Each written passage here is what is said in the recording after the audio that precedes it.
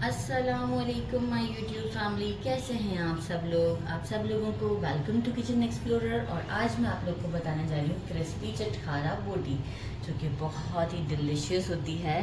तो चलिए जी, हम जल्दी जल्दी इंग्रेडिएंट्स की तरफ चलते हैं। सबसे पहले मैंने लिया है 3 पाव बीफ लिया है बोनलेस, और इसे मैंने इस तरह स्ट्रिप्स में कट कर लिया है।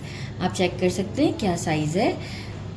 ये इस तरीके से मैंने इसे कट कर लिया है। अब मैं क्या करूँगी, मुझे कुछ बेसिक स्पाइसेस चाहिए। 1 टीस्पून ब्लैक पेपर, 1.5 टीस्पून है कश्मीरी लाल मिर्च, मतलब इसमें फ्लेवर कम होता है, तीखापन। 1 टीस्पून हल्दी एंड 1 टीस्पून सॉल्ट। और वाटर मुझे कितना रिक्वायर्ड होगा ये मैं आपको बताती हूँ। अभी मैंने मेजरिंग 1 कप भर के रखा हुआ है। हम लेंगे प्रेशर कुकर और इसमें हम नए गोश्त डाल देंगे, सारे स्पाइसेस डाल देते हैं। और जो है वो हमें बहुत ज़्यादा पानी नहीं डालना है, हमें जस्ट 80% तक कुक करना है, क्योंकि हमारा सेकंड सेटअप भी है।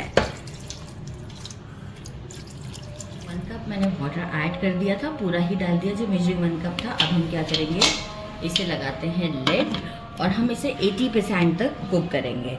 बेशक थोड़ा सा पानी प्रेशर कुकर में बाकी रह जाएगा, कोई इशू नहीं है। जलने से बेटर है कि पानी बचा रह जाए।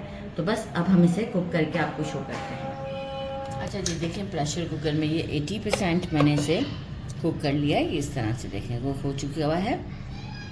तोड़ना नहीं चाहूँगी मैं, लेकिन ये देखें 80% कुक है।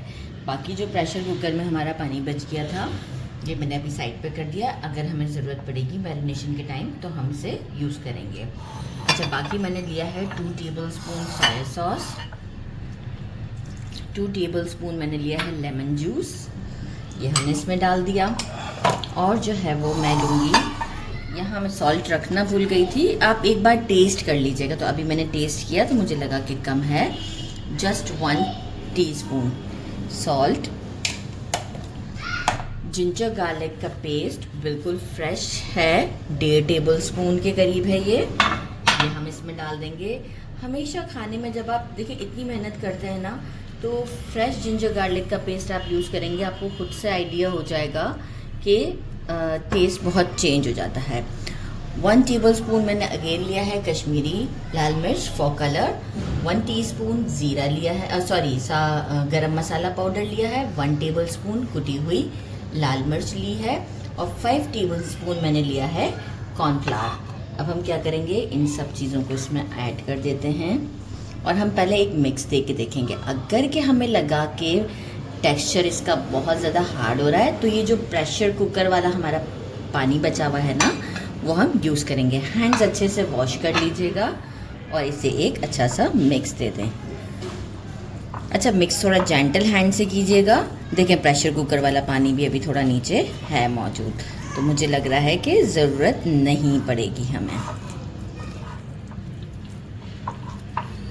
एक अच्छा सा मिक्स देते हैं। मीनवाइल मैंने एक फ्राइंग पैन में जो है वो ऑयल गरम करने के लिए रख दिया है और अब हम इसे फिर फ्राई करेंगे।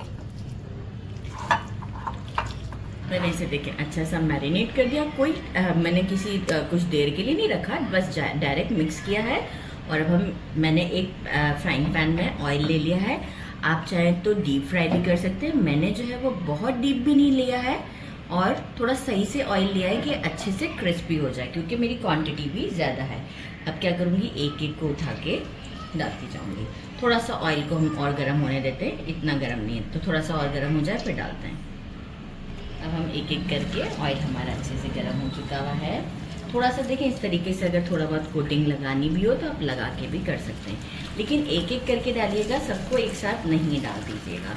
कोई मुश्किल काम नहीं है, मतलब ईजिली जल्दी जल्दी हो जाता है। तो अब हम आपको ये सारे डाल के ही, सारे मैं देखती हूँ एक बैच में होता है या 2 बैच में होता है, तो ये सब डाल देते हैं जितनी जाएंगी अभी।